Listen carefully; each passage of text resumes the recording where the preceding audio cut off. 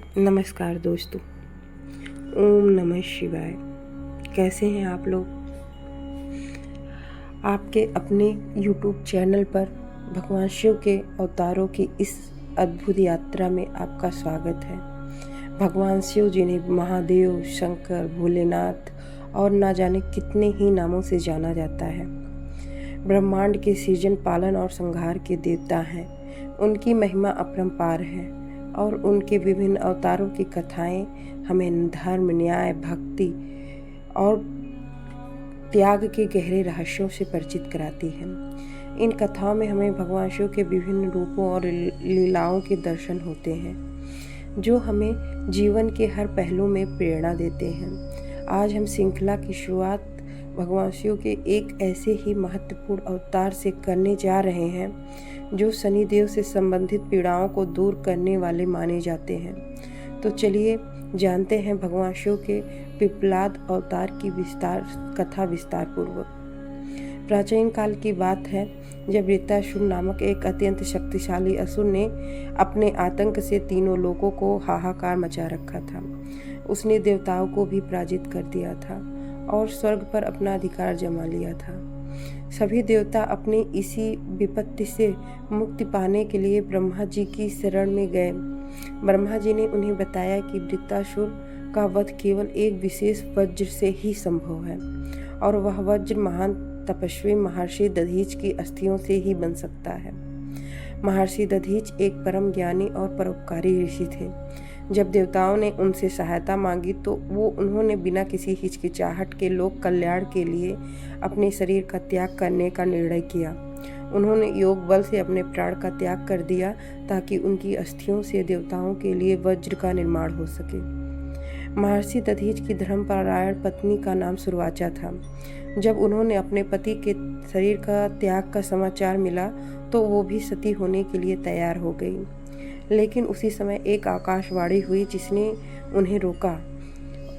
आकाशवाणी ने कहा कि उनके गर्भ में महर्षि दधीच का एक तेज विद्यमान है और उन्हें इस बालक को जन्म देने के बाद ही सती होना चाहिए। आकाशवाणी का सम्मान करते हुए सुवर्चा ने एक पीपल के वृक्ष के नीचे तेजस्वी बालक को जन्म दिया। बालक के जन्म के बाद सुवर्चा ने भी अपने प्राण त्याग दिए और ब्रह्म में विलीन हो गई। चूंकि इस बालक का जन्म पीपल के वृक्ष के नीचे हुआ था, इसलिए इसका नाम पिप्पलाद रखा गया। बालक पिप्पलाद जन्म लेते ही अनाथ हो गए थे।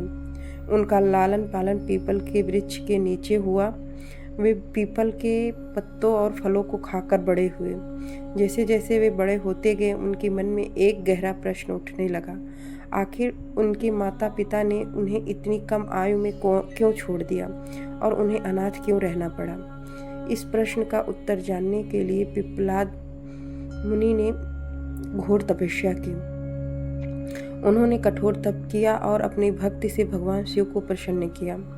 जब भगवान शिव पिप्पलाद के सामने प्रकट हुए तो पिप्पलाद ने उन्हें अपने माता पिता के शीघ्र मृत्यु का कारण पूछा। भगवान शिव ने बताया कि यह सब शनिदेव की अशुभ दृष्टि के कारण हुआ है। यह सुनकर पिप्पलाद को अत्यंत क्रोध आया। उन्होंने अपनी तपस्या के बल से शनिदेव को आकाश मंडल से नीचे गिरने का श्राप दे दिया।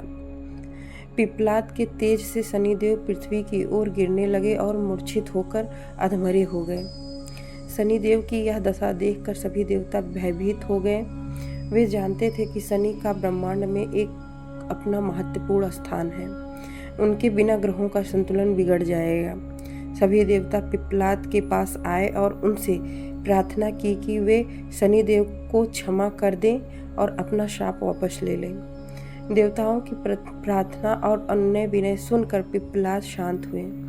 उन्होंने शनिदेव को क्षमा कर दिया, लेकिन एक महत्वपूर्ण शर्त रखी। पिप्पलाद ने कहा कि आज से शनिदेव जन्म से लेकर 16 वर्ष की आयु तक किसी भी बालक को अपनी अशुभ दृष्टि से पीड़ित नहीं करेंगे। इसके साथ ही उन्होंने यह भी वरदान दिया कि जो भी व्यक्ति पिप्पलाद का स्मरण करेगा, उनके नाम की जप करेगा, उसे शनि की पीड़ा से मुक्ति मिलेगी। तब से यह मान्यता है कि जो व्यक्ति शनि की 7.5 ढैया या किसी भी प्रकार के शनि दोष से पीड़ित है तो उसे पिप्पलाद का स्मरण करने या पीपल के वृक्ष की पूजा करने से विशेष लाभ मिलता है। पिप्पलाद ने शनिदेव को उनके स्थान पर पुनः स्थापित किया और इस प्रकार ब्रह्मांड में संतुलन बना। यह थी भगवान शिव के पिप्पलाद अवतार की कथा।